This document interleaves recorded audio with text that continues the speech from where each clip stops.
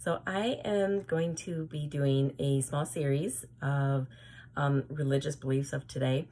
And there's a lot of people that are believing all these religious beliefs that religious people, supposedly religious people, or even churches of today are claiming to be true, and the devil is a liar.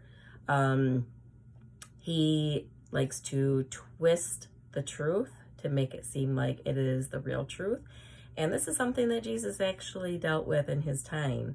And he was always butting heads with the religious believers, the Pharisees and Sadducees. And, he was always, going head to head with those people. And he couldn't even get through to them. They just would not listen, just like the people of today. And a lot of these churches are teaching these religious beliefs that are not true. There's some truth to them, but it's not complete truth. So I am going to go over some of these. And the first one that I'm going to start with is that, Jesus just died on the cross. Yeah, no big deal. So they make it seem. Well, if you are a true believer and you just absolutely love Jesus, it is a huge deal. And if you know the whole meaning, the true meaning behind it, it's a huge deal. So, in Jesus, he died the most painful, horrific, slow death that somebody could even endure. I just can't even imagine. But, I'm going to try to get through this without even trying. It's going to be hard. It's hard for me to go through this because I can just see it all, and it just breaks my heart. But, as he's on that cross, he's up there, he's slowly dying, he's suffocating, because that's what happens, with a crucifixion. It's a slow, horrifying death. And yet, he says to the Father, please forgive them, for they know not what they do. Because he knows that those people are driven by Satan. So those people themselves, they don't know what they're doing, because it's Satan working in them, making them do this stuff. And so, Father, please forgive them, for they know not what they do. And he's showing so much love, so much pure love in that suffering. And it's just, oh my gosh. It's just, I just don't even know what to say. It's sad. And he loves us when we don't even deserve it.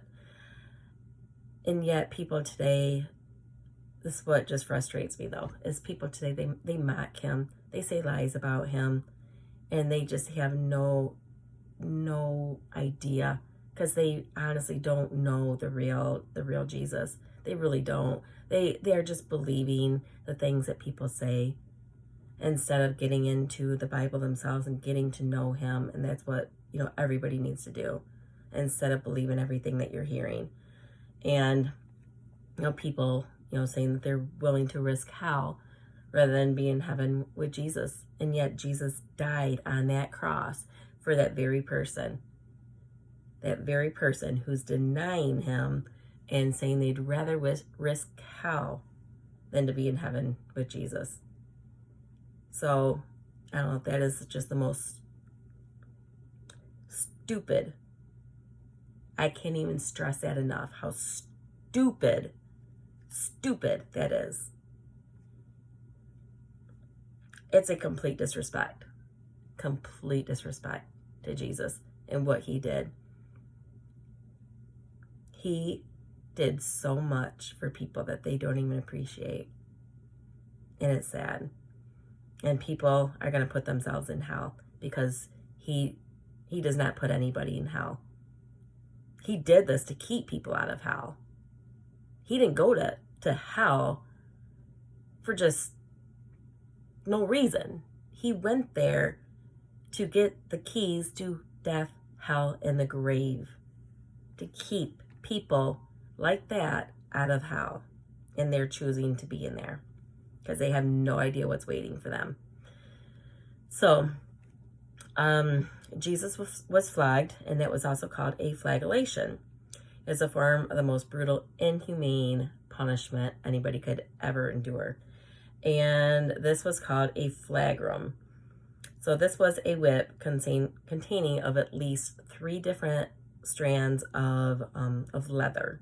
And on the ends of these leather strands, I mean, most of these had more than 3 strands of leather. They had like multiple.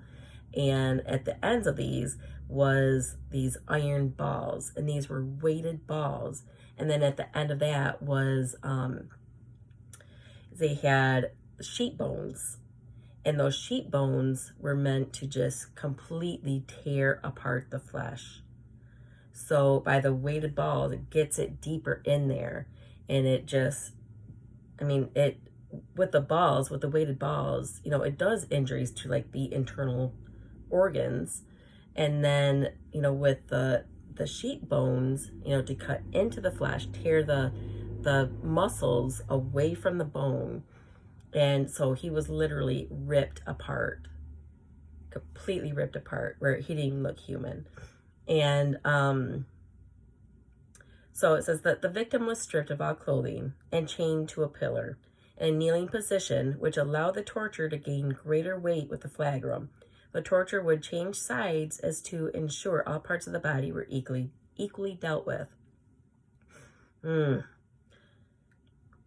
then, after he was flogged, he had the crown of thorns. And this was a special thorn, which was a Palestinian thorn.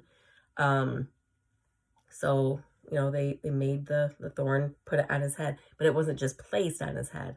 They drove the crown of thorns into his head. Oh my gosh. So this was damaging nerves and blood vessels and causing severe facial pain. So there wasn't a part on his body that did not go through intense pain. And then after all that, then Jesus was forced to carry his cross. I can't even imagine, because after going through all that, it was probably hard to even stand. Like it would take every bit of strength out of you. So after his death, Jesus went to hell for us. And so why did he go to hell? People may say, why? Some may say, well, why did he go to hell? Or some may say he never went to hell. Well, yes, he did. He went to hell to get the keys to death, hell, and the grave. So we would not have to die and go to hell, because without his death, we were damned to hell. But he also went to release the prisoners of hell. So the prisoners of hell were the people of the Old Testament. They had been waiting for Jesus, our Savior, to come. But, I mean, a lot of these people, they died before, Jesus was able to come and be our sinless, spotless lamb that died for our salvation. So at the time, they didn't have that. So they went to hell. That's what we would have had to do without choice. And so, I mean, we would have had to suffer that same fate. But Jesus got the keys to death, hell, and the grave. So none of us would have to go there. And so, like I said, people are putting themselves there. God did not mean for that to, any of his people to go to hell. So people can't say, well, God puts them there. No, he doesn't, because that's why Jesus went, to keep people out of there. In Isaiah 53, verses 3 and 5, he was despised and rejected and forsaken by men, a man of sorrows and pains, and acquainted with grief and sickness. And like one, if I can read, and like one from whom men hid their faces, he was despised, and we did not appreciate his worth or have any esteem for him. Surely he has borne our griefs, sicknesses, weaknesses, and distresses, and carried our sorrows and pains of punishment. Yet we ignorantly considered him stricken, smitten, and afflicted by God as if with leprosy. But he was wounded for our transgressions, he was bruised for our guilt and iniquities. The chastisement needful to obtain Peace and well-being for us was upon him, and with the stripes that wounded him, we are healed and made whole. And that's another thing people don't believe, that Jesus does not heal today. Yes, he does. And that right there is proof that he does. And he does. There are many testimonies about that. And then John 20, verse 7, the wrapping that had been on his head was not lined with the linen cloths, but was folded up in a separate place by itself. And the significance of the folded napkin, which a lot of people don't know this, is the person folding the napkin intends to return. So, and that's a Jewish custom. So, being that Jesus folded that napkin and set it aside in a different spot, that's saying that Jesus will return. He is coming back. So, I will talk to you soon for the next one.